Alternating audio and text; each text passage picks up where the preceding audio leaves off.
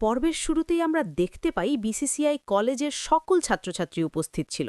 সেখানে বিদ্যাকে গুলি করতে যাওয়ায় যুক্তামুখী বোস বিদ্যাকে বাঁচায় আর বলে একটা ওয়ান শাটার তুলেছিল আপনার দিকে, একটু হলে আপনি খাল্লাস হয়ে যেতেন।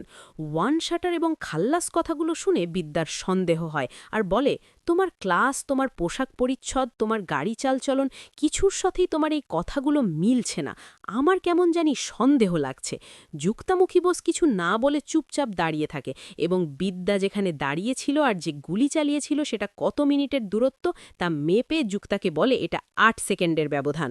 এরপর বিদ্যা যুক্তা যেখানে দাঁড়িয়েছিল এবং বিদ্যা যেখানে দাঁড়িয়েছিল সেটা দূরত্ব মেপে ১৯ সেকেন্ড হয়। ৮ সেকেন্ড এবং ১৯ সেকেন্ডের ব্যবধান দেখে বিদ্যা বলে এই সব কিছু তোমার সাজানো, তাই না? একটা বন্দুক চালাতে 1 সেকেন্ড সময় লাগে, তুমি সেখানে ১৯ সেকেন্ডের ব্যবধানে আমাকে বাঁচিয়ে দিলে। তুমি কি মনে করছো তোমার এই সাজানো গল্প আমি বুঝতে পারি না? হয়তো আমি বায়োলজি প্রফেসর, কিন্তু ম্যাথমেটিক নিয়ে কিছু হলেও ধারণা আছে। আর একজন বুদ্ধিমান লোকের কাছে সাজানো গল্প নিয়ে ইমোশন হলে তুমি নিজেই ফাঁদে পড়বে। এরপর বিদ্যার নিচে পড়ে থাকা ফোনটা তন্ময়কে দিয়ে নিজের কক্ষে চলে যায়।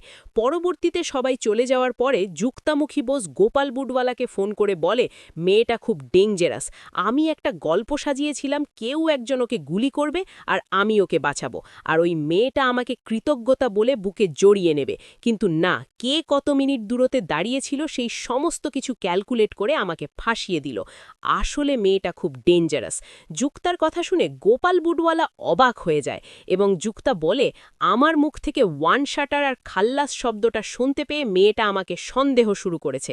আসলে আমি তো সেই ছোটবেলা থেকে আস্থা করে বড় হয়েছি, সব সময় এই কথাগুলো শুনে শুনে বড় হয়েছে। সেখানে আর কতভাবে ভাষা পরিবর্তন করে কথা বলা যায়, তাই মুখ থেকে এগুলো বেরিয়ে পড়েছে। এখানে আমার কোনো দোষ নেই, কারণ যুক্তামুখী বোস গোপাল বুডওয়ালার মেয়ে।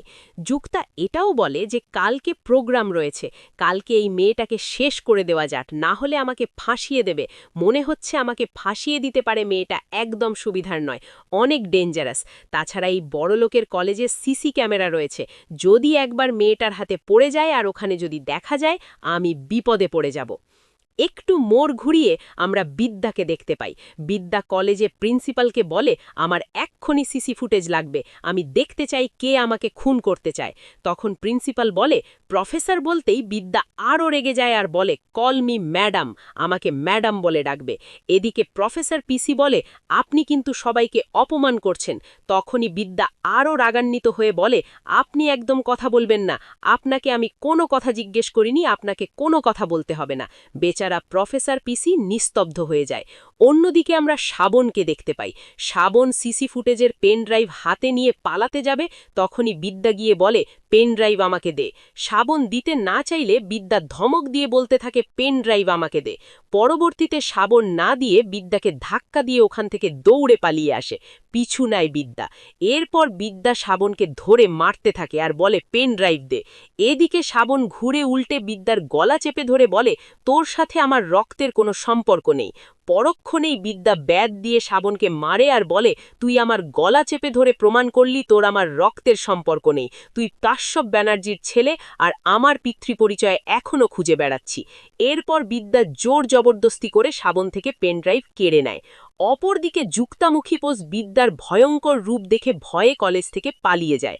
শেষ পর্যায়ে আমরা দেখতে পাই বিদ্যা পেন ড্রাইভ চালিয়ে সিসি ফুটেজের সমস্ত রেকর্ডার দেখে নেয়। আগামী পর্বে আমরা দেখতে পাব গোপাল বুডওয়ালা বিদ্যাকে মারার জন্য তার টিম নিয়ে বের হয়, রাস্তায় বিদ্যাকে দেখে বিদ্যার দিকে বন্দুক তাক করে থাকে।